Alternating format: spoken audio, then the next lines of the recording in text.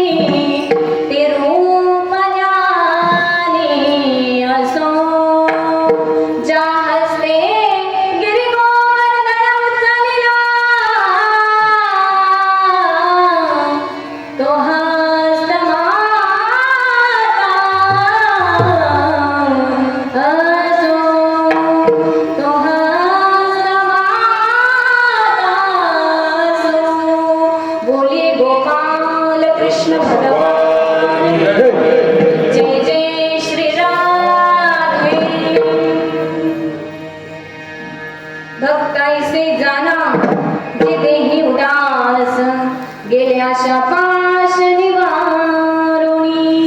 प्रस्तुत प्राप्त प्रसंगी प्राप्त स्थळी संकीर्तन वृत्ती सेवे करताना निवडलेला अभंग. वैराग्याचे मूर्तिमंत उदाहरण असणारे जगद्गुरु संत श्रेष्ठ कणकाई आणि बोलोबा यांचे सुपुत्र असणारे देहू निवासी गाठामूर्ती, ज्यांनी अखिल वारकरी संप्रदायाची पताका हातात घेऊन प्रत्येक जन समुदायाचा अभंगाच्या मार्गाने उद्धार करण्याचं ज्यांनी सूत्र हाती घेतलेलं असे संत श्रेष्ठ जगद्गुरु तुकोबराय यांचा सुंदर असा 4 चरणाचा अभंग आजच्या सेवेकरता निवडलेला आहे. बघा, गाथामूर्ती असणारे जगद्गुरु तुकोबराय या अभंगाद्वारे भगवंताच्या भक्ताची महिमा आणि भगवंताचा भक्ताच्या ठिकाणी असणारा भाव, नव्हे तर भगवंत भक्ताच्या ठिकाणी असणारे गुण आपल्याला प्रतिपादन करत आहे. माझ्या बुद्धीच्या कुवतेप्रमाणे जसं भगवान परमात्मा मला ज्ञान अर्पण करते, त्या ज्ञानांजनाचा उपयोग करून मी तुमच्याही डोळ्यामध्ये अंजन घालण्याचा प्रयत्न करेन. बघा, अभंगाचा थोडक्यात धावता भावार्थ. भक्ताईसे जाना जे देही उदास गेले आशा पाश निवारुणी. भगवंताचा भक्त कसा जाणायचा अर्थात कसा ओळखायचा असं जगद्गुरु तुकोबराय म्हणतात की ज्याची देहावर उदासीनता आहे, म्हणजे काय, देहावर निराश झालेला आहे, उदास झालेला आहे, त्याला भक्त म्हणून जाणलं जातं. मग असा भगवंत भक्त काय काय करतो आणि त्याच्या जीवाच्या ठिकाणी कसा भाव आहे. भक्ताईचे जाना जे देही उदास गेले आशा पाश निवारुणी. त्याच्या ठिकाणी जो भाव आहे तो आशा पाश म्हणजे आशा अपेक्षेच्या पलीकडचा आहे. म्हणजे गेले आशा पाश निवारुणी, नव्हे तर त्यांचा विषय कुणाचा, भगवंताच्या खऱ्या भक्ताचा विषय हा फक्त भगवंत आणि भगवंतच आहे, त्याच्या व्यतिरिक्त दुसरं कोणी नाही. म्हणून विषय तो त्यांचा झाला नारायण नावळे जन जन माता पिता. म्हणजे काय, तर भगवंताच्या भक्ताला आई वडील देखील आवडत नाही, म्हणजेच तो पूर्णतः भगवंताला कृष्ण अर्पण झालेला आहे, नारायण अर्पण झालेला आहे. म्हणजे विषय तो त्यांचा झाला नारायण. बरं, ठीक आहे, जगद्गुरु तुकोबरायांनी सांगितलं ते ठीक आहे, परंतु जर आपल्याला जर एखादा वाईट प्रसंग ओढवला, निर्वाणीची अवस्था जर आली, तर मग काय, त्यावरही सोल्युशन जगद्गुरु तुकोबराय म्हणतात, निर्वाणी गोविंद असे मागे पुढे काही तुझ्याकडे पडून. निर्वाणीच्या अवस्थेमध्ये सुद्धा तो आपल्या मागे पुढे असल्याशिवाय राहत नाही. त्याचा दृष्टांत मी तुम्हाला पुढे सांगणारच आहे. निर्वाणी म्हणजे काय हो, दुःखाचा प्रसंग किंवा संकटाचा प्रसंग, याला निर्वाणी म्हटलेलं आहे. मग ह्या निर्वाणीच्या अवस्थेमध्ये सुद्धा भगवंताला बोलवावं लागत नाही का, तर आपला विषय काय झालेला असतो, भगवंत भक्ताचा नारायण झालेला असल्यामुळे त्याला बोलवावं लागत नाही. इतकंच नव्हे तर हे जे काही कर्म आहे ते कसं आहे, भगवंताचं नामचिंतन म्हणा किंवा भगवंताला समर्पित होणं, हे कर्म कसं आहे, सत्य कर्म आहे. म्हणून तुका म्हणे सत्य कर्म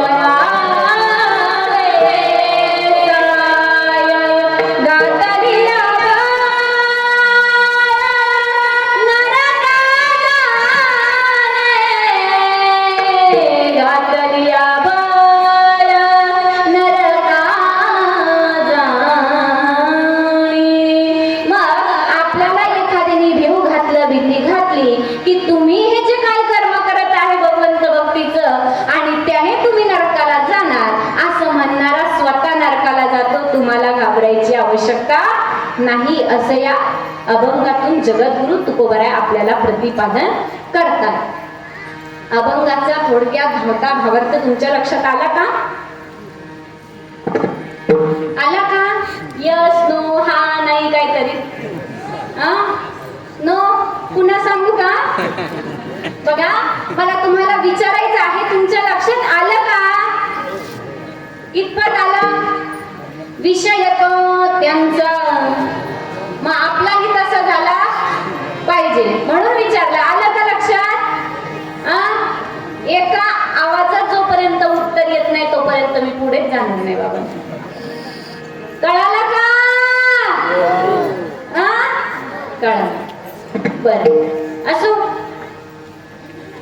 सेवेकरता घेतलेला अभंग जगद्गुरु तुकोबरायांचा आहे. आणि बघा, ज्याचं निमित्त आहे ते सांगणं वक्त्याचं आता कर्तव्य आहे. या कर्तव्याला धरून आजची सेवा किं कारणम किं निमित्तम सांगणं हे माझं कर्तव्य आहे. बघा, आजची जी काही सेवा आहे ती श्री ग्रंथराज ज्ञानेश्वरी पारायण सोहळा तथा अखंड हरिनाम सप्ताह कीर्तन सोहळा या निमित्ताने आपण आपल्या दहिवड श्री क्षेत्र दहिवड या गावामध्ये चालू केलेले आहे. आणि ही अखंड हरिनाम म्हटलं की अखंड चालत आलेली परंपरा आहे मॅडम. आणि या परंपरेचा जर विचार केला तर आपल्या गावाला लाभलेले संत श्रेष्ठ श्री सावतोबा अर्थात सावतामाळी यांचं सुंदर असं राऊळ आपल्या प्राणांगणामध्ये आहे. मग भगवंताच्या भक्ताला कधीतरी वीट आला तर तो काय करतो? जाऊ देवाची गावा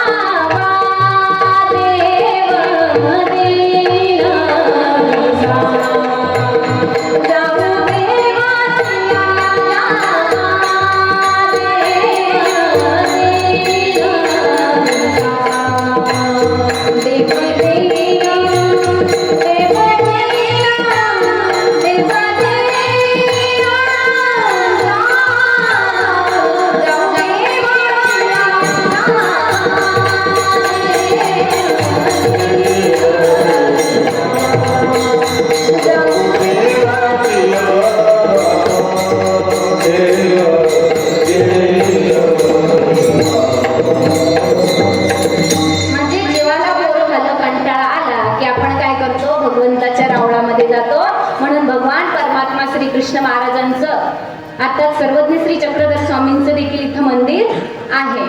आणि असे दोन आपल्याला एक भगवंत लाभले आणि एक संत आपल्याला या गावाला लाभलेले आहे. हे आपलं म्हणजे अर्थात तुमचं आणि माझं परमभाग्य आहे.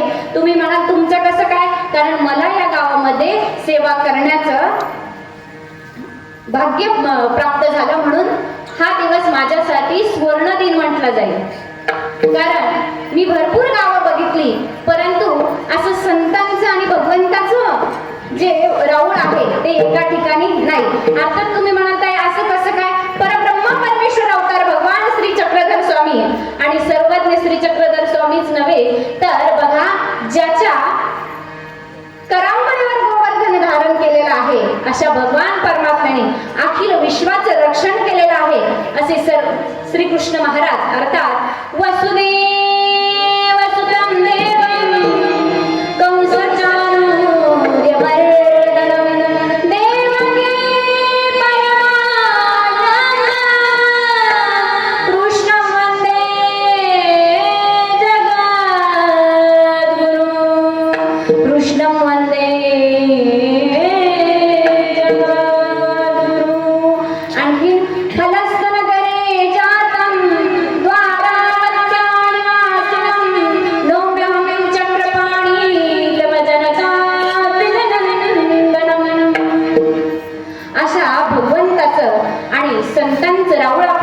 झालेला आहे. हे आपलं परम भाग्य आहे. बघा, ज्यांनी मला इथे आमंत्रित केलं ते पवार कुटुंबीय, त्यांचे मी मनापासून आभार व्यक्त करते. आणि ज्यांची आज बघा ज्यांच्याकडून मला आमंत्रण आहे आणि ह्या कीर्तन सेवेचं जे सहकार्य, मोलाचं सहकार्य अर्थात जे सीताराम पवार, कैवल्यवासी सीताराम पवार यांच्या स्मरणार्थ हे जे काही पुष्प भगवंताला अर्पण केलेलं आहे त्या पुष्पाचं जे अर्पण करण्याचे जे कार्य आहे ते मला प्राप्त झालेलं आहे. म्हणून मी त्या पवार कुटुंबियांचे मनापासून आभार व्यक्त करते. आणि ज्यांची संत भोजनाची सुद्धा पंगत होती, सकाळची पण महाराज सकाळी पण हरिभक्त परायण नितीन विठ्ठल पवार आणि आता जे मी ज्यांच्या इथं भोजन केलं ते देखील विठाबाई महादू आहेत. बघा, या सगळ्यांचे मी आभार व्यक्त करते. आणि सगळ्यात महत्त्वाचा पॉइंट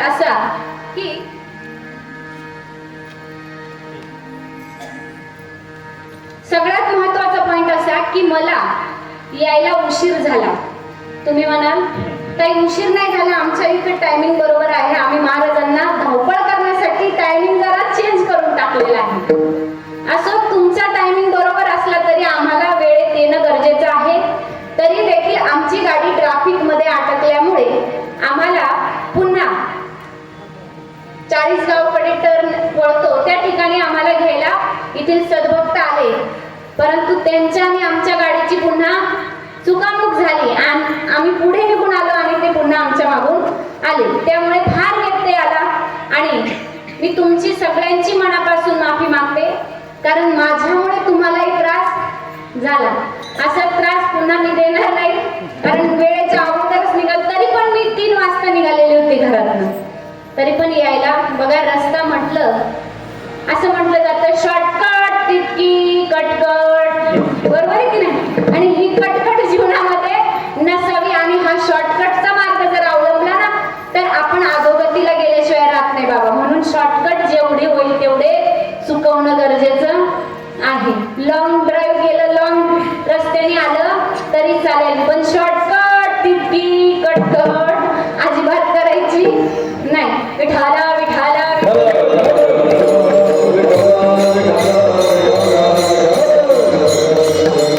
बघा, मला सुंदर अशी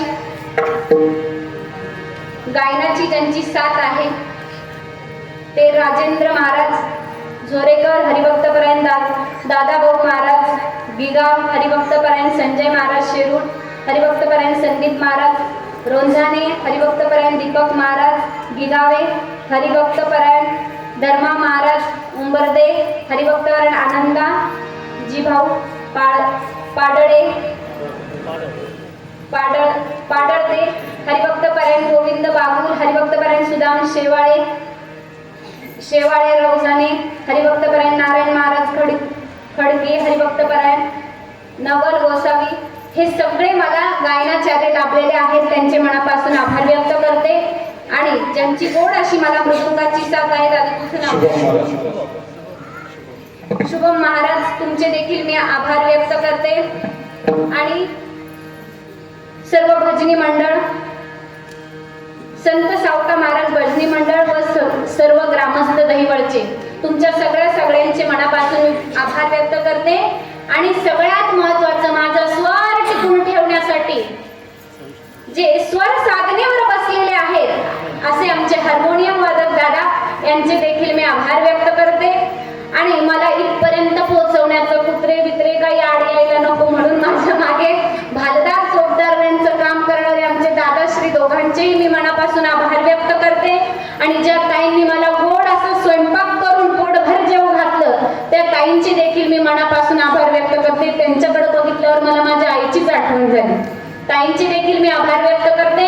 नव्हे तर बघा, या सगळ्या छोट्या छोट्या मुली आहेत, या मुलींचे देखील मी आभार व्यक्त करते. टाळ घेऊन उभे आहेत. आणि तुम्ही सर्व महाराज मंडळी, तुमचे देखील मी आभार व्यक्त करते. आणि सर्वात महत्वाचं, आपली ही वारकरी संप्रदायाची परंपरा आहे की नाही बाबा, तुमचे देखील आभार व्यक्त करते. वारकरी संप्रदायाची ही परंपरा आहे की नाही, ती टिकून ठेवण्याचं कार्य ज्या जगद्गुरु तुकोबरायांच्या विण्यामुळे झालं, ते विनेकरी असणारे आमचे बाबाश्री यांचे देखील मी आभार व्यक्त करते. आणि त्या विण्यासाठी 2 शब्द गाऊन जाईल.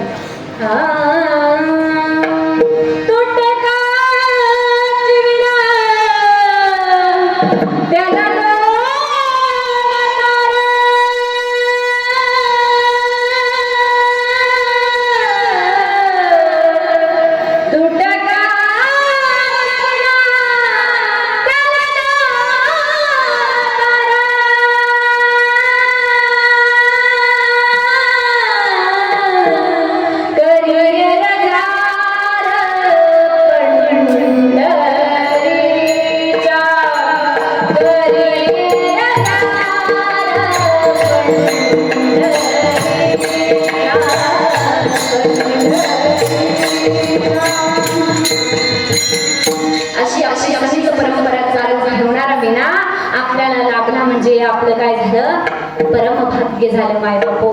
कारण असे संत या जगामध्ये दुसरे होणे नाही. असो, आणि ज्यांची व्हिडिओ शूटिंग चालू आहे त्या दादांचे देखील मी मनापासून आभार व्यक्त करते. कुठला YouTube चॅनल आहे नाव माहीत नाही, पण दादा तुमचे देखील मी आभार व्यक्त करते. आणि ज्यांची गोड अशी साऊंड सिस्टीम आहे, आल्या आल्या सांगितलं दादा माझा आवाज मोकळा पाहिजे. माझा आवाज तुमच्यापर्यंत पोहोचतोय ना? पण पोचत असेल तरच आभार मानायला. पोचतो ना? बघा, पहिल्या माणसापासून तर शेवटच्या माणसापर्यंत ज्यांनी आवाज पोहोचवण्याचं कार्य केलेलं आहे ते साऊंड सिस्टीम वाले दादा, यांचे देखील मी मनापासून आभार व्यक्त करते. आणि माझ्या प्रवचन रूपी सेवेला अर्थात कीर्तन रूपी सेवेला प्रारंभ करते. विठ्ठला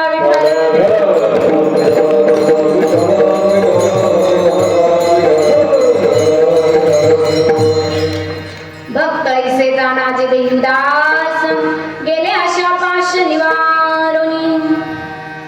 महाराज मंडळी, अजिबात टेन्शन घ्यायचं नाही. माझा आवाज जातो पेटीच्या बाहेर, त्याच्यामुळे तुम्ही अजिबात लोड घ्यायचं नाही. ताई आमचा आवाज पोचला नाही किंवा काही झालं नाही, मला अजिबात काही वाटणार नाही आणि तुम्हीही काही वाटून घ्यायचं कारण नाही. बघा, मला सांगायचं काय आहे की जगद्गुरु तुकोबारायांनी आपल्याला जो अभंग प्रतिपादन केलेला आहे त्या विषयाला आपण हात घालणार आहोत.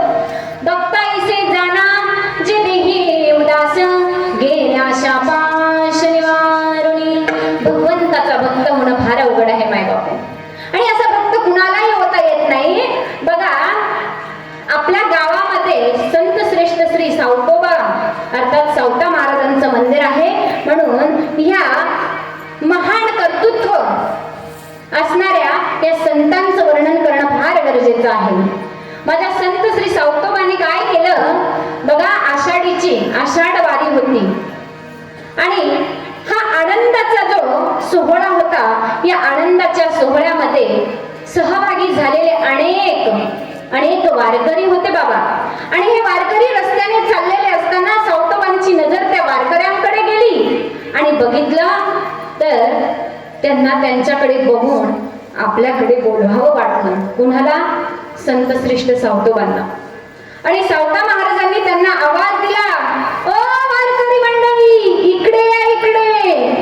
आणि असं बोलावल्याच्या नंतर बघा, सावता महाराजांनी त्यांना सुग्रास भोजन, सुंदर असं भोजनाचं आमंत्रण दिलं आणि भोजन दिलं.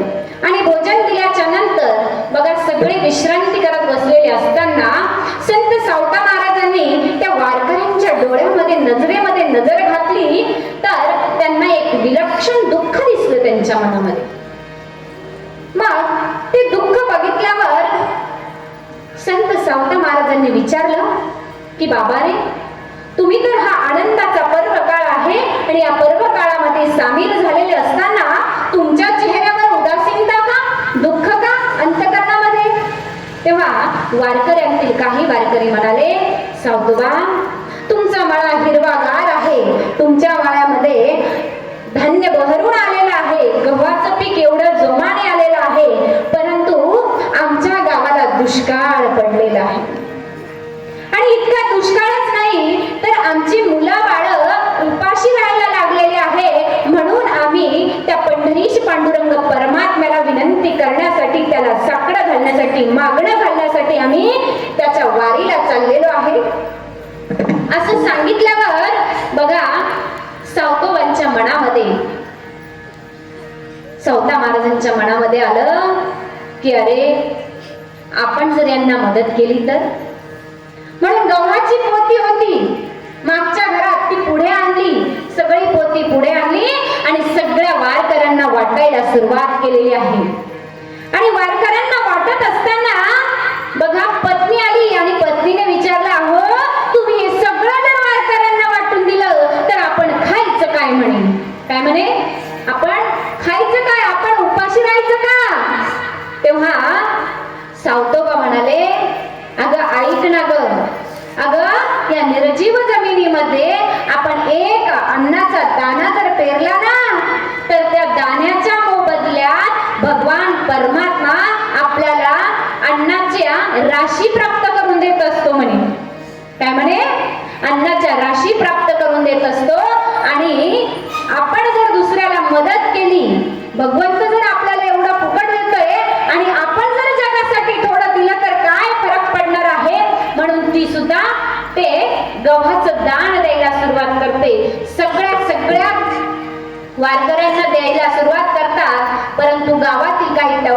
मंडळी असतात ते बघतात आणि सावतोबांवर हसायला लागतात. सावता महाराजांकडे बघून हसायला लागतात. याच्या डोक्यामध्ये काय घुसेल काय नाही काय कळत नाही, वेडाच आहे हा, वेंधळाच आहे, अशा विचाराने ते त्याला टोचून बोलायला सुरुवात करतात. परंतु संत हे कसे असतात, उदार अंतकरणाचे असतात, त्यामुळे ते त्यांच्याकडे लक्ष देत नाही. परंतु काही कालांतराने बघा पेरणीचा वेळ येतो. पेरणीची वेळ येते तेव्हा संत सावतोबांकडे पेरणीसाठी सुद्धा गहू शिल्लक राहत नाही, कारण त्यांनी सगळे वाटून दिलेले असतात. मग करायचे काय म्हणून ते गावामध्ये जातात आणि गावात गेल्याच्या नंतर ते गावातील लोकांना म्हणतात, मला थोडे पेरणीपुरते गहू द्या म्हणे. तुम्ही जर मला पेरणीपुरते जरी गहू दिले ना तर मी त्या गव्हाचा मोबदल्यात तुम्हाला दुप्पट गहू देईन म्हणे. काय, एक पट नाही दुप्पट गहू देईन. तरी गावातील लोक ऐकायला तयार नाही. कोण काय हसतं तर कोण काय हसतं, परंतु तिथे सुद्धा उदास होत नाही, दुःखी होत नाही.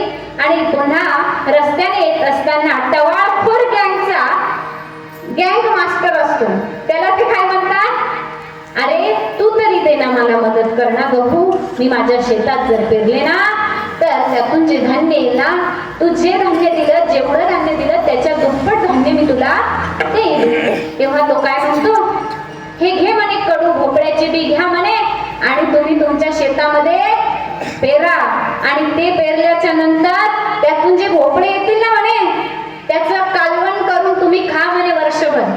काय म्हणे, त्याची भाजी करून खा.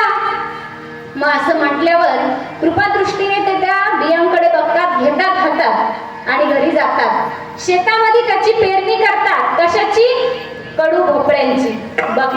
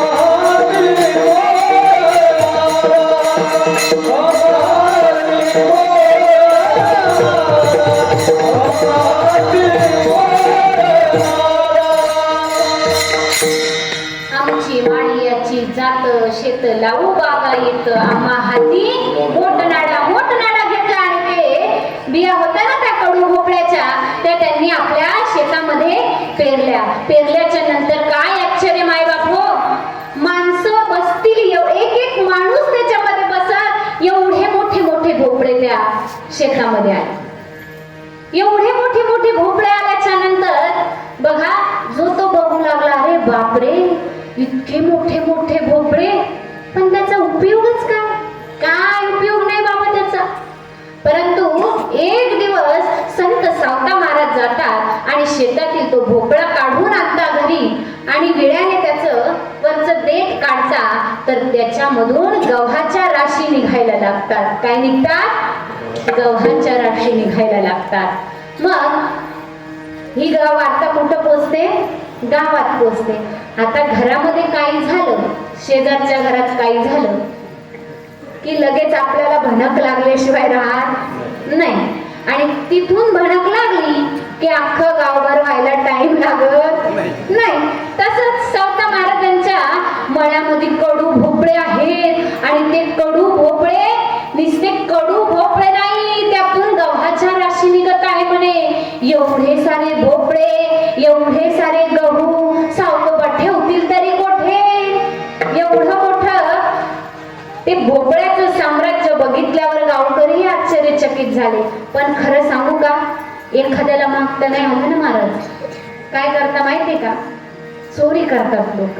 काय करतात? चोरी करतात. मग खरं आहे की खोटं आहे बघण्यासाठी त्यांनी काय केलं? संत सावता महाराजांच्या मळ्यामध्ये गेले आणि ते एक एक भोपळ काय करायचे? घेऊन यायचे. ते देठ तोडून बघायचे तर खरोखर गहू निघायचे. बघा, या दृष्टांतातून मला असं सांगायचं आहे की जे तुमच्या गावामध्ये तुमच्या या प्राणांगणामध्ये जे भगवंताच्या शेजारी असणारं संत श्रेष्ठ सावता महाराजांचं जे राऊळ आहे, जे मंदिर आहे, ते काही अशा तशा व्यक्ती महत्वाचं नाही.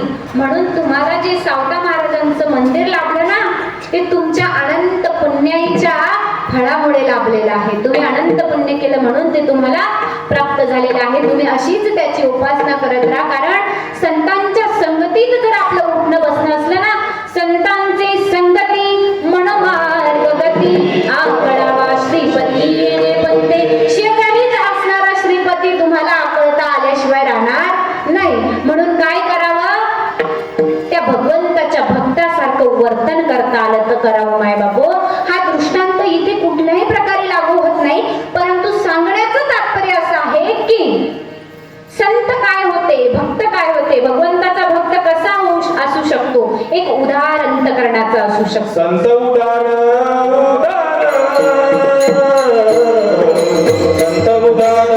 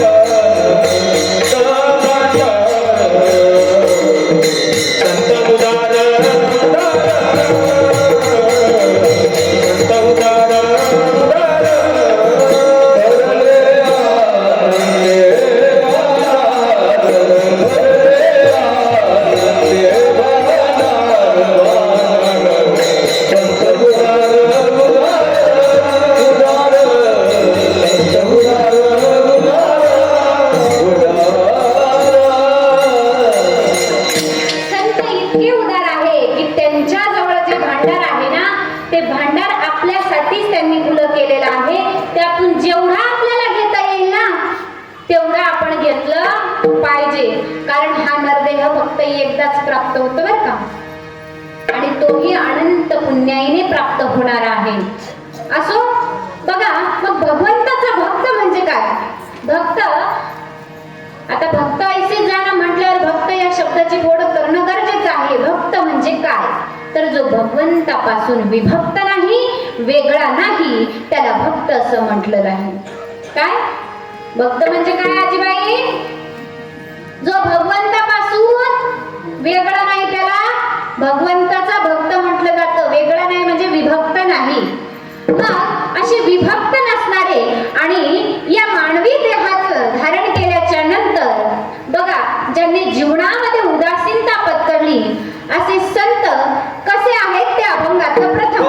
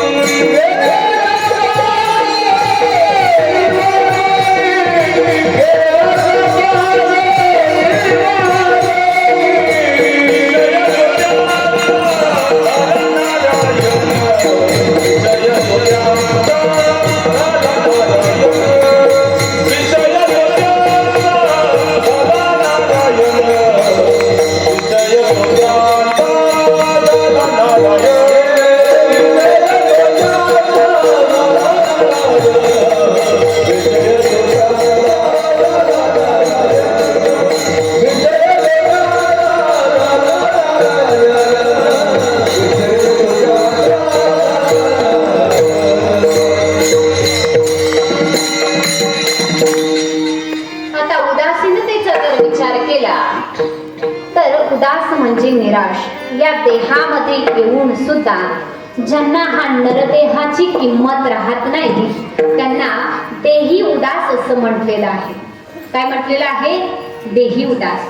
असाच भगवंताचा एक भक्त होता बघा मायबापो, अर्थात संत कबीरजी महाराज. या कबीरजींचा जर विचार केला तर संत कबीर बघा भगवंताच्या भक्तीमध्ये इतके तल्लीन होते की त्यांना भगवंत सोडून परमात्मा सोडून दुसरं तिसरं काही दिसत नव्हतं. त्यांना फक्त आपुला तो एक देवा करुणी घ्यावा एवढंच दिसायचं, बाकी काही दिसत नव्हतं. मग ते काय करायचे, रस्त्याने जरी चालले ना तरी भगवंताचं नामचिंतन करायचं. आणि असं करत करत असताना एक दिवस काय होतं, इतके तल्लीन व्हायचे की त्यांना भगवंताची आठवण झाली आणि भर रस्त्यामध्ये ते भगवंताचं नामस्मरण करायला सुरुवात झाली. आणि नामस्मरण करता करता करता करता ते ध्यानमग्न अवस्थेमध्ये गेले. गेल्याच्या नंतर येणारे जाणारे वाट सुरू बघताय तरी त्यांचं लक्ष विचलित होत नाही. मग रस्त्याने एक श्वान जात होता आणि त्या श्वानाने त्या संत कबीरजींना बघितलं आणि गेला आणि पायाच्या मांडीचा लचका धरला. काय केला? मांडीचा लचका धरला. त्यातून रक्त प्रवाह चालू झाला. आजूबाजूचे लोक त्याला हाकलतायत तरी तो बाजूला जात नाही. श्वान म्हणजे कुत्रा. आणि त्या कुत्र्याला हाकलताय तरी बाजूला जात नाही. परंतु आश्चर्याची गोष्ट अशी की ज्यांना तो कुत्रा चावलाय त्यांना देखील त्याचं काहीही फरक पडत नाही. इतके ध्यान मग्न झालेले आहेत. मग आजूबाजूचे लोक कसं तरी त्या कुत्र्याला हाकलतात आणि त्या संत कबीरांची जी समाधी लागलेली होती ती भंग करतात आणि हलवून म्हणतात, क्या कबीर जी कुत्ता आके आपका पूरा मांस खा के जा रहा है, आपको दिखाई नहीं दे रहा क्या? तब संत कबीर बोले, कुत्ता जाने मांस मैं जानू राम, भजो रे भैया राम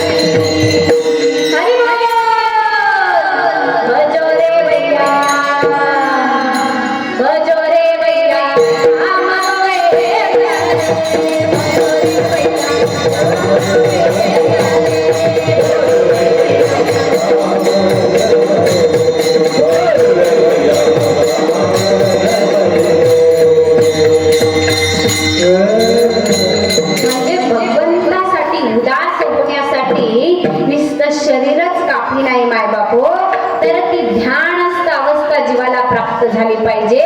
मग एवढं कुत्र येऊन जर आपल्याला जर चावलं ना तर कुत्र काही आपल्याकडून राहत नाही गड्या, राहील का? नाही राहू शकत. पण एवढी धाडस्त अवस्था त्या शरीरावर उदास झालेले संत कबीर आहे. आणि ते काय म्हणतात, कुत्र जाणे मास मी जाणे, भगवंताचं भजन म्हणजे कुत्ता जाणे मास और मैं जानू राम भजन, उसके बिना मेरा कुछ नहीं चलता. असं कोण म्हणतात? संत श्रेष्ठ कबीरजी महाराज म्हणतात. बघा, अशी उदासीनता मनुष्याच्या जीवनामध्ये येणं गरजेचं आहे. असेच बघा, भगवंताचा आणखी एक भक्त होता. लक्ष देऊन ऐका.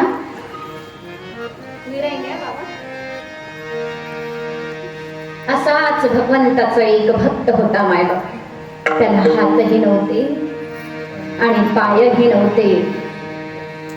आणि गावामध्ये असंच एक दिवस वारीचं कीर्तन आयोजित केलेलं होतं. अर्थात वारकरी त्या गावामधून जात असताना त्या गावामध्ये वारीचं कीर्तन होतं माय बापू. आणि ते कीर्तन असल्याचं त्या भगवंताच्या भक्ताच्या लक्षात येतं. बघा, हात नाही बरं का आजीबाई, इथून कोपरापासून हात नाही, गुडघ्यापासून खाली पाय नाही, असा भगवंताचा लढीवाळ भक्त बरं का. आणि या भक्ताचं वैशिष्ट्य असं होतं की तो सकाळी उठला की आजीला म्हणायचं, आजी हे आजी चल ना ग मंदिरात जाऊ आपण. असं करत करत तो दररोज भगवंत भक्तीमध्ये तल्लीन झालेला होता. आणि त्याच गावामध्ये वारीचं कीर्तन असल्यामुळे त्या गावामध्ये महाराज येणार होते कीर्तनासाठी. मग एक महाराज आल्याच्या नंतर तो आईला म्हणतो, आजी ए आजी चल ना ग आपण पण जाऊ. भालदास महाराजांचं कीर्तन होतं आणि कीर्तनाला जायचा हट्टहास केल्यावर आजीने गाड्यावर बसवलं आणि गाड्या ओढत ओढत ओढत ओढत मंदिराच्या कोपऱ्यावर आणून सोडलं. तिथून कुर्मदास असं आपल्यासारखंच प्राणांगण भरलेलं होतं. शेवटच्या टोकापासून पुढे पोटाने घसत घसत आलेले आहेत आणि कीर्तनात समोर भालदास महाराजांसमोर बसलेले आहेत. आणि बसलेला असताना कीर्तनाला आता चाल चालू व्हायच्या अगोदरचा काही काळ भालदास महाराज म्हणतात, एकटेच आले का महाराज? म्हणे नाही, आजीने आणून सोडलंय. म्हणे हो का? म्हणे हो. मग जाताना आजी घ्यायला येणार असेल? म्हणे नाही, मला आता घरी जायचं नाही. म्हणे मला आता तुमच्या सोबत वारीला यायचं आहे. आणि काही कालातच कीर्तन चालू झालं.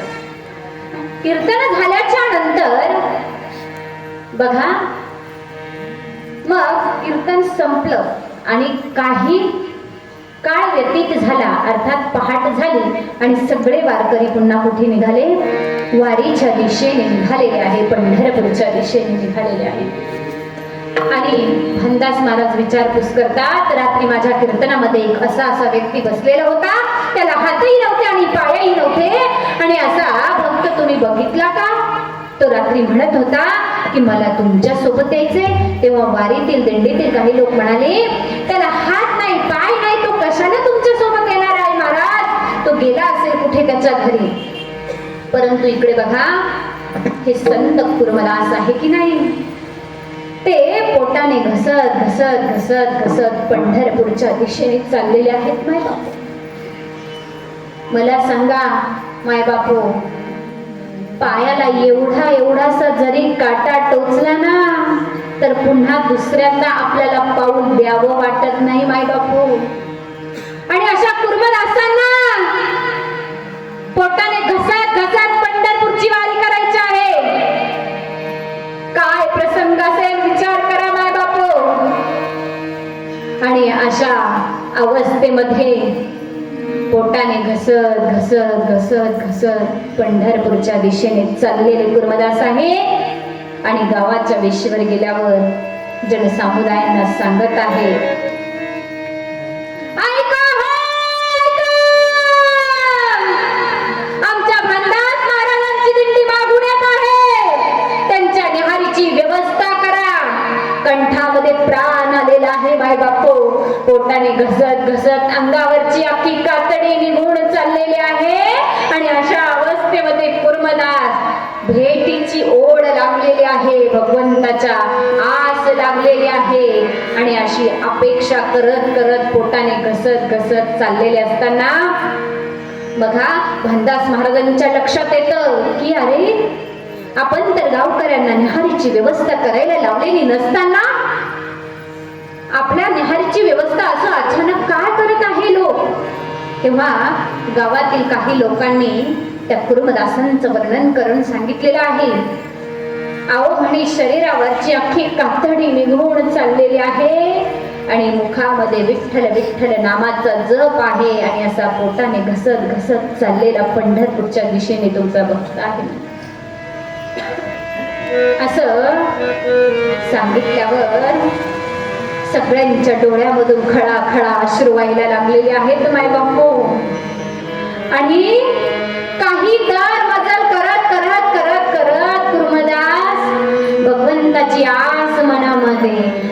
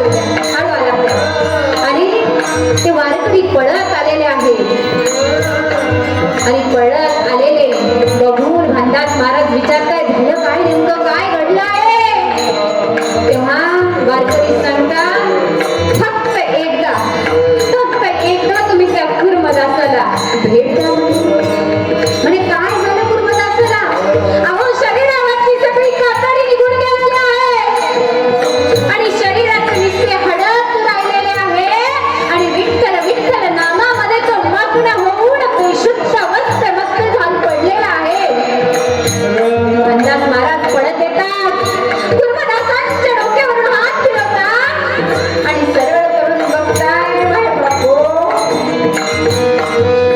सरळ करून बघताय तर नुसते हाड राहिले हो आणि अशा अवस्थेमध्ये ते कुर्मदासाला म्हणतात कुर्मा ए कुर्मा येतोच ना रे पंढरपूरला तेव्हा कुर्मदास काय म्हणतात आता मी पंढरपूरला येऊ नाही शकत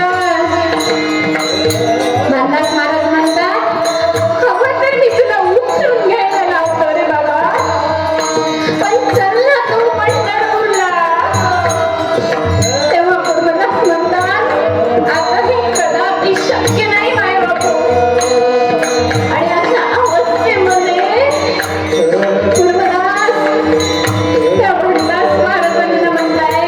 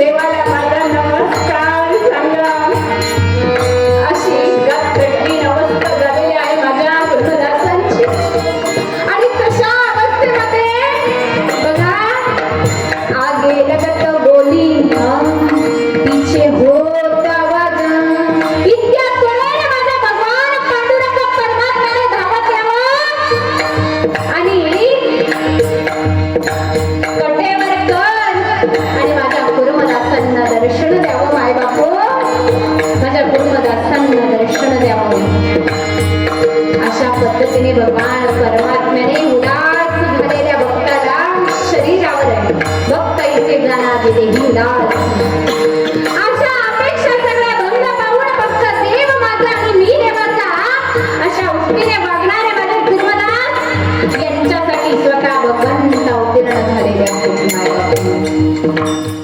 आणि ते गाव म्हणजे लौळ गाव. कुठलं गाव? लौळ गाव. आणि या लौळ गावामध्ये स्वतः भगवंत आले आणि त्या कुर्मदासांना दर्शन दिलेलं आहे. अशी देहावर उदासीनता जर कुणाची असेल ना तर बघा हे पारमार्थिक भक्त आहे जे दोन सांगितले तुम्हाला ते.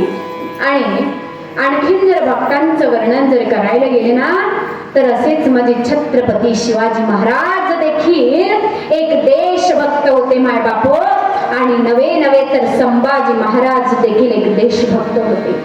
आणि माझ्या संभाजी राजांचा जर विचार जर केला ना तर 42 दिवस त्यांना अनेक त्रासांनी नको नको करून सोडलेलं होतं तरी देखील ते डगमगले नाही मायबाप. घाबरले का? नाही घाबरले. इतकंच काय हो तर माझ्या छत्रपती शिवाजी महाराजांनी बघा आपल्यासाठी काय नाही केलं. काय नाही केलं हो माझ्या छत्रपती शिवाजी महाराजांनी बघा आपल्यासाठी स्वतःचं बलिदान दिलं मायबापू. अशी देहावर उदासीनता जीवनामध्ये पत्करली बघा. इतकंच नाही तर त्यांनी काय काय केलं याचं जर वर्णन जर तुम्ही ऐकलं ना तर अक्षरशः डोळ्यामधून पाणी येईल मायबापू. प्रतापगडच्या पायथ्याशी ठाण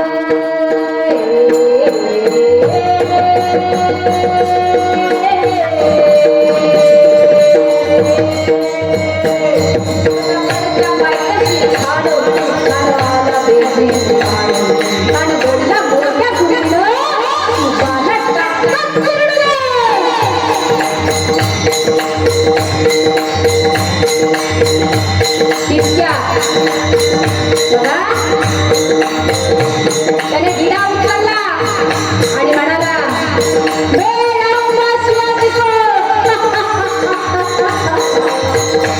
आणि अशा आश्रमामध्ये तो निघालेला आहे कुठे? प्रतापगडाकडे. प्रतापगडच्या पायथ्याशी आणि बोलला जाती आणि त्या भेटीसाठी सुंदर असा शामियाना उभारलेला आहे. भेटीसाठी उभारलेला लक्षकार शामियाना खांडवडाकडून लष्कराला सय्यद बंडाऱ्या संगतीला शिवबाच्या संगती महाला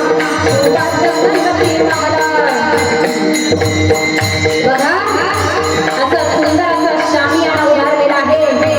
आणि हे शामियाना उभारलेला असताना बघा घन हात मारतो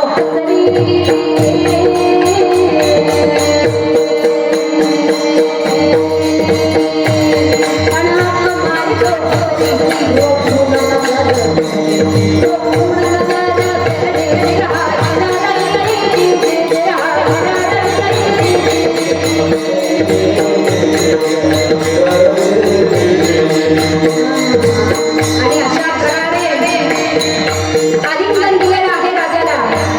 म्हणता अभिमान मानेला म्हणता अभिमान मानेला पटकीचा वार केला नकांचा मारा केला चक्रपट पाडला नकांचा मारा केला चक्रपट पोटाला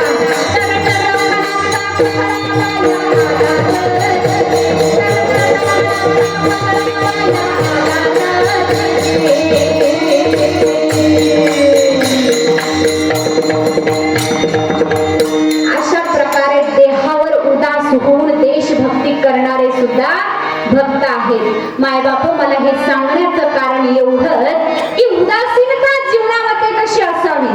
तुम्हाला आवडलं असेल नसेल आवडलेलं मला यात काही घेणं देणं नाही. मला फक्त एवढंच सांगायचं आहे की उदार अंतकरणाने जर भगवंताचं जर भक्त व्हायचं असेल ना तर देहावर उदास होऊन आपण भगवंताचा भक्त होणं गरजेचं आहे. आणखी भगवंताचा भक्त कसा असतो ते अभंगाचं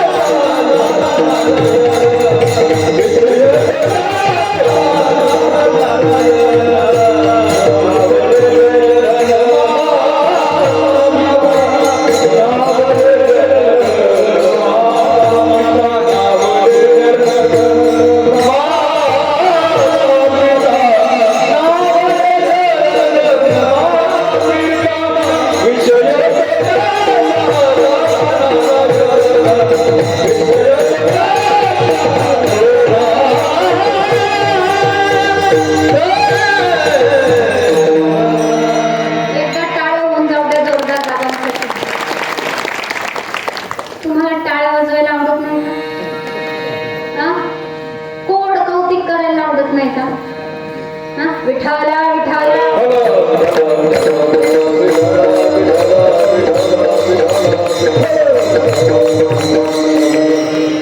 विषय तो त्यांचा झाला नारायण नावडे जन धन माता पिता. अजिबात नाही हा. विषय म्हणजे काय? विषय म्हणजे एखाद्या विशिष्ट गोष्टी विषय असलेली ओढ किंवा विषय म्हणजे एखाद्या गोष्टी विषय असलेली आसक्ती, याला विषय असं म्हटलं जातं. आपल्या देहाच्या ठिकाणी मानवी देहामध्ये आल्यावर बघा इंद्रियांची आसक्ती असते, बरोबर आहे की नाही? याला विषय म्हटलं जातं. प्रत्येकाचे विषय वेगवेगळे असतात. विषयांचा जर विचार केला तर कुणाला कशाची आसक्ती, कुणाला कशाची आसक्ती. आता ह्या आसक्तींचा जर विचार केला तर आपल्याला रात्र अपूर्ण पडेल बाबा. परंतु आसक्ती आणि विषय या गोष्टीचा जर विचार केला तर मी तुम्हाला एक दृष्टांत विचारणार आहे आणि आता तुम्हाला सगळ्यांना माझ्यासोबत गप्पा मारायच्या आहे, अर्थात बोलायचं आहे. बघा विषय म्हणजे काय, एक थोडक्यात तुम्हाला समजून सांगायचं म्हणजे असं की भगवंताच्या भक्तांचे विषय वेगळे असतात आणि आपण मानवी देहामध्ये आल्यामुळे आपले विषय हे वेगळे असतात. मला सांगा, आधी महिला मंडळी सांगतील, तुम्हाला ओला नारळ आवडतं की सुका नारळ? हा? पटकन सांगा, जोरात आवाज आला पाहिजे. हा? आता जर कोणी एकमेकीचं जर थोडं जरी काहीतरी इकडचं तिकडं सांगितलं, भांडायला लावलं ना महाराज, मला कीर्तन सोडून पळावं लागेल, एवढं भांडण. मी तुम्हाला नारळच विचारलं फक्त. कुठलं नारळ आवडतं आजीबाई? बोलला ना? हा. आता पुरुष मंडळी, तुम्हाला कुठलं नारळ आवडतं? म्हणजे त्यांनी बोला म्हटलं का तुम्ही सुकं म्हटलं पाहिजे का? हा? असं नाही बरं का. सांगा कुठलं नारळ आवडतं? सुकं. खरं ना? बोललाच का? म्हणजे महिलांना आणि पुरुषांना एकच नारळ आवडतं. कुठलं? बोललं. ठीक आहे ना, बदलायचं नाही बरं का अजिबात. हा, मग लक्ष द्या. आता ओलं नारळ जर तुम्हाला आवडत नाही ना माय बापू, तर तसंच आपण संसाराला देखील ओल्या नारळासारखं चिकटून आहोत माय बापू, बरोबर आहे की नाही? कसं? ओलं नारळ फोडा आजीबाई तुम्ही. फोडलं का? म्हणत आला फोडलं का? फोडलं. आता त्याचे दोन भाग झाले का? झाले. आता भाग झाल्यावर ते करवंटीला चिकटून आहे की आलिप्त आहे? चिकटून आहे ना. दाताने काढलं तरी ते निघत नाही. तसंच आपलं आहे. आपण या संसारापासून किती जरी आपल्याला दूर केलं तरी आपण दूर होत नाही. कसं? विषय विषयाचा परिपाडू गोड परमार्थ लागे कडू विषय तो गोडू जीवा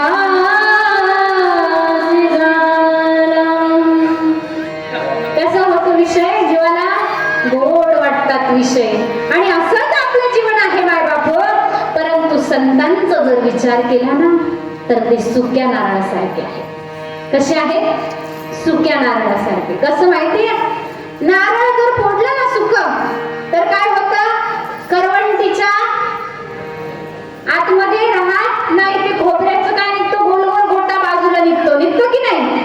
तसंच भक्ताचं, भगवंताच्या भक्ताचं जीवन आहे, ते विषयाला धरून राहत नाही, ते अलिप्त असतात. याला विषय असं म्हटलं जातं. काय म्हटलं जातं? विषय असं म्हटलं जातं. आणि असाच बघा, विषय तो त्यांचा झाला नारायण, असाच गोकुळातल्या गवळणींचा देखील विषय हा भगवान परमात्मा होता. काय होता? भगवान परमात्मा होता. त्यांना सुद्धा देव सोडून काही म्हणजे काहीच आवडत नव्हतं. पूर्णतः त्या देवाच्या नावाने बदनाम झाल्या होत्या बरं का. काय झाल्या होत्या? वेड्या झाल्या होत्या, बदनाम झाल्या होत्या. काही सुचत नव्हतं. एक क्षेपक प्रमाण आहे, पण द्यावं असं वाटतंय. बघा, अशा बदनाम झाल्या होत्या. कशा झाले? बदनाम झाले, बदनाम देवा तुझ्या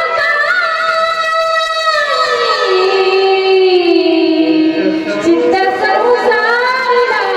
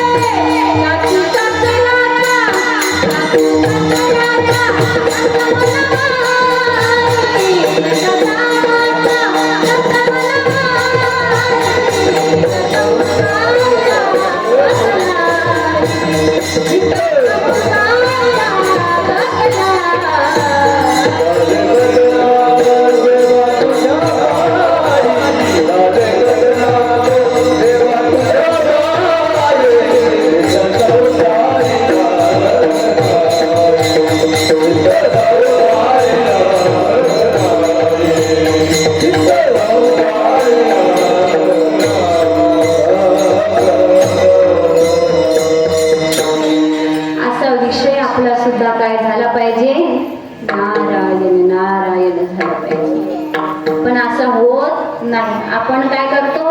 त्या संसारालाच धरून असतो, नाही का बाबा? काय करतो? मला बंगला दे, मला गाडी दे, मला मोटर दे, मला गाडी दे, मला बंगला दे, मला गाडी दे, मला मोटर दे, मला गाडी दे. काय वाजवा की? बघा, मला सांगायचं तात्पर्य असं आहे की आपण ह्या विषयामध्ये गेल्यामुळे आपल्याला इकडचे विषय कसे वाटतात? परमार्थातले कडू वाटतात. वाटतात की नाही? हा, यास नो हा नाही, काय आहे का नाही? हा, कळालं की नाही? की नळी फुंकतो सोनार, इकडून तिकडे जाते वार, असं तर नाही ना काही? हा, असं व्हायला नको बाबा. कारण बघा, ज्याचं निमित्त असतं ते आपण जर घरी घेऊन गेलो ना शिदोरी सारखं, तुम्हाला माहितीये का आपण प्रसाद कसा खातो, कसा घेतो? प्रसाद जर समोरच्याने असा हात केला तर आपण कसा घेतो? 3 बोटांनी घेतो का 5 बोटांनी घेतो? 5 बोटांनी घेतो, बरोबर ना? पण येतो किती हो? 3 बोटात मावेल एवढाच येतो 5 बोटांनी घेतलं तरी, बरोबर? तसं हे शरीर सुद्धा आपल्याला भगवंताने अनमोल किमतीचं दिलेलं आहे, त्याचा प्रसादासारखा वापर करायचा. कसं? प्रसाद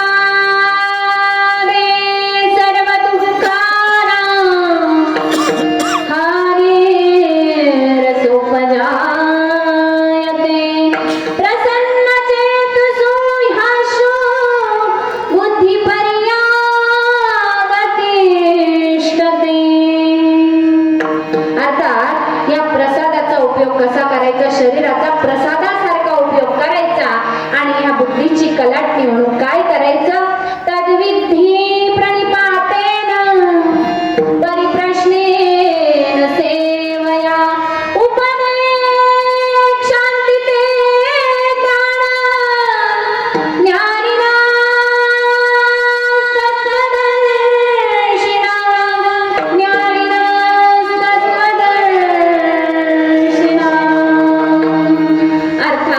प्रणिपात करण्याची मनुष्याची तयारी असली पाहिजे. कुठं नतमस्तक व्हावं हे मनुष्याला कळणं गरजेचं आहे.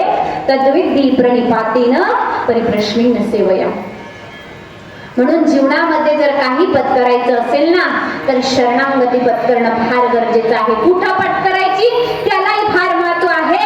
म्हणून सांगितलेलं आहे की आपल्या जीवाच्या ठिकाणी काय झालं पाहिजे, भगवंताची आस निर्माण झाली पाहिजे आणि आपले विषय हे नारायणामध्ये समर्पित झाले पाहिजे. अर्थात विषय तो आमचा झाला नारायण. ठीक आहे, आमचे विषय नारायण झाले ताई, पण जर एखादा निर्वाणीचा प्रसंग जर आमच्यावर ओढवला, दुःखाचा प्रसंग आमच्यावर ओढवला तर काय करायचं? अभंगाचं तृतीय चरण. निर्वाणी गोविंद से मागे पुढे, निर्वाणी गोविंद से मागे पुढे, निर्वाणी गोविंद से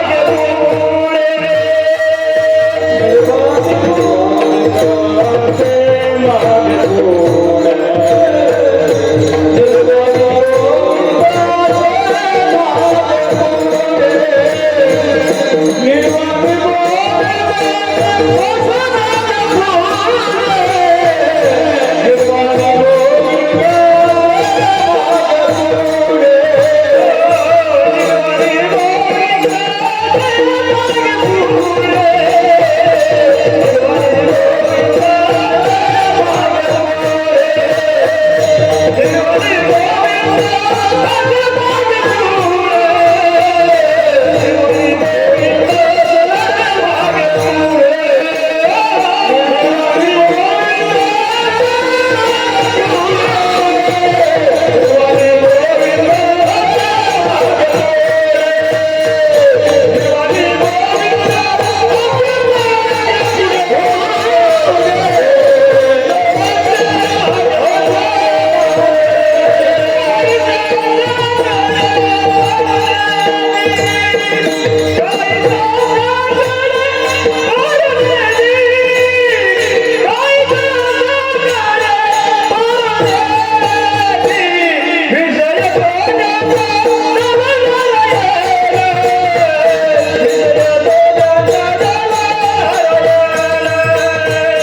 पुढे,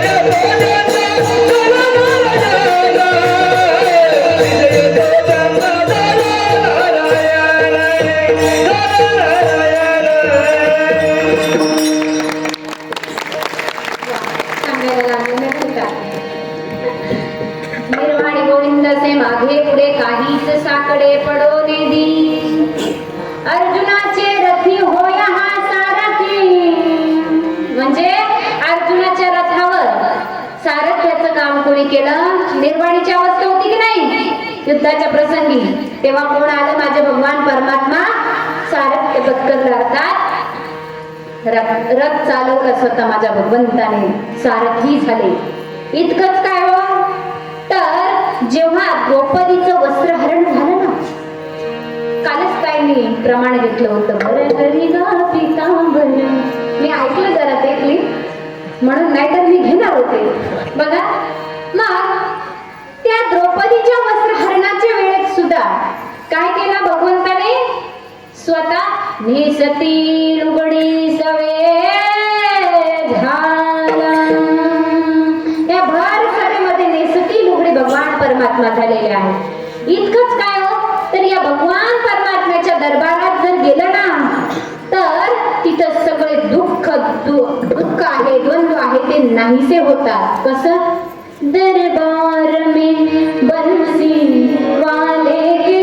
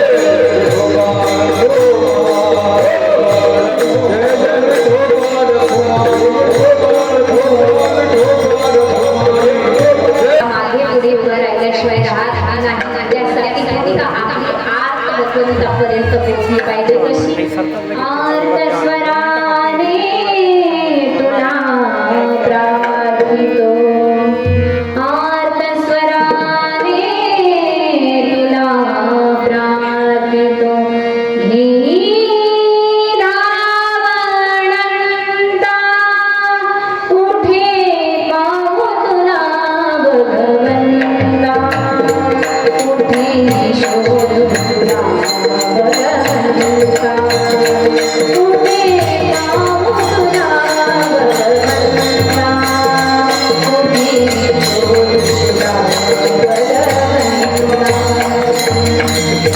भगवंताला शोधण्यासाठी फक्त आर्त पाहिजे. जर आर्त असेल ना तर खरोखर भगवंत मागे पुढे उभा राय सांभाळिता आलिया गाठ निवाराया. आणि हे तुझे सत्य कर्म आहे ना. जगद्गुरु तुकोबाराय म्हणतात, तुका म्हणे सत्य कर्म भावे साय घातलिया भय नरका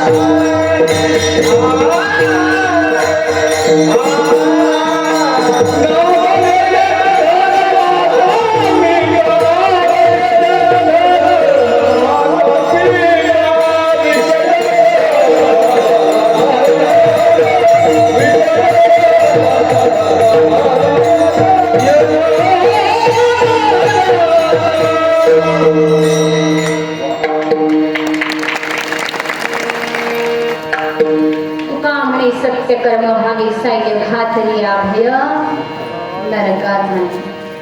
जर आपण जर हे सत्य कर्म केलं, सत्य कर्म म्हणजे काय? भगवंताची भक्ती करणे हे असत्य कर्म नाही, हे सत्य कर्म आहे. नवे नवे तर चहाडी चुगली करणे हे असत्य कर्म आहे, सत्य कर्म नाही. ते सत्य कर्म आहे नाही.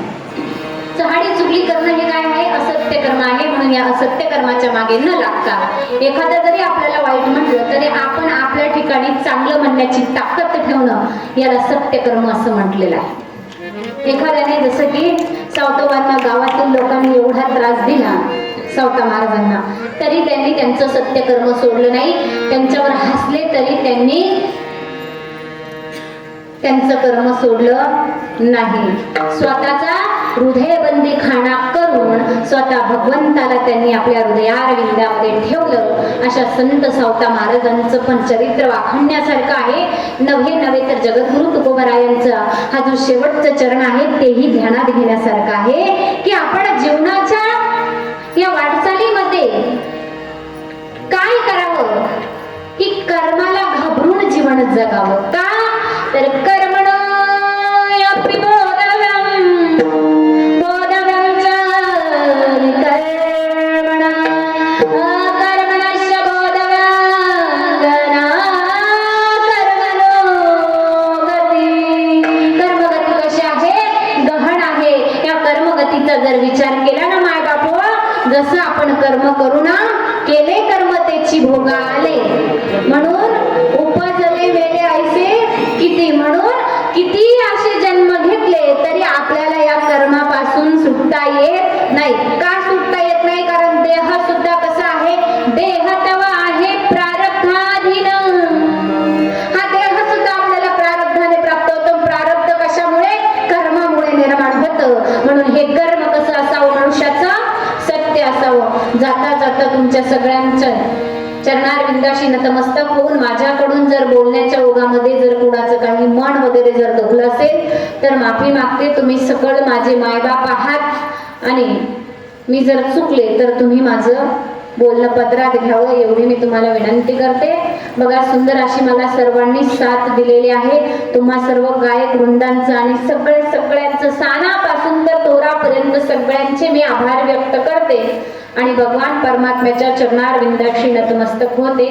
आणि बघा, झालेल्या सेवेला पूर्णविराम देण्याच्या अगोदर संतांचा महिमा अगाध आहे आणि अशा संतांचा नाम गजर होणं आणि नामोच्चार होणं गरजेचं आहे आणि ही काळाची गरज आहे. का तर कारण नाम जर मनुष्याच्या मुखात नसेल ना तर माणूस अधोगतीला गेल्याशिवाय राहत नाही. मग कुठलं नाम? तर भगवंताचं आणि भगवंताच्या भक्तांचं नाम घेणं गरजेचं आहे. कारण नाम तारी त्याला कोण मारी, बरोबर आहे की नाही? नवे नवे तर महानुभाव पंथामध्ये असं सांगितलं जातं की नाम वाजत वारा धरी, नाम पडते आकाश तारी. म्हणून मला सांगायचं असं आहे की नामाने काय नाही होऊ शकत, नामामुळे अख्खा विश्व सरू शकतं. तर तुम्हा आम्हाची काय गोष्ट माय बापू, आपल्यालाही हा भवसागर जर पार पडून जायचं असेल ना, आपल्याही नाकातोंडात पाणी जाऊ नये असं तुम्हाला वाटत असेल ना, तर हे सत्य कर्म आचरण करावं. कसं की हे भवनदीचं पाणी कसं आहे माहिती? अफाट आहे. माझं बोलणं काही थांबायसारखंच राहत नाही माय बापू. मला एकदा प्रमाणात सुचायला लागले की सुचतच राहतात, परंतु तरीही सांगून जाईल की जनाबाई म्हणतात, भवनदीचे पाणी रे गड्या मोठे ओढीते, भल्या भल्या पोहणाऱ्या ना उलटुनी पाणी ते, भल्या भल्या पोहणाऱ्या ना उलटुनी पाणी ते. हा भवसागर व्यापक आहे, परंतु आपल्याला त्यामधून तरुण जायचं एकमेव साधन म्हणजे काय सांगितलेलं आहे? नाम संकीर्तन साधन पैसोपे जळतील पापे जन्मांतरीचे. हे जन्माजन्मांतराचं पाप नष्ट होण्याची ताकद फक्त या नामस्मरणात आहे. म्हणून सर्वांनी भगवंताचं नामचिंतन करणं गरजेचं आहे. आता सर्वांनी वरती हात करायचे आणि माझ्या मागे भगवंताचं भजन करायचं आहे. नवे नवे तर संतांचं भजन करायचं आहे. निवृत्ती ज्ञानदेव सोपान मुक्ताबाई कनकनाथ देव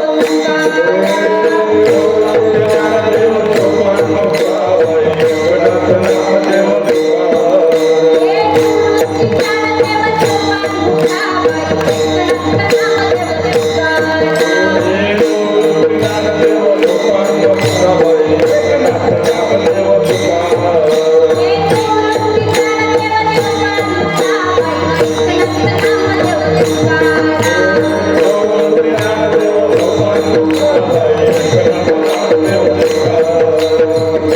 Yeah.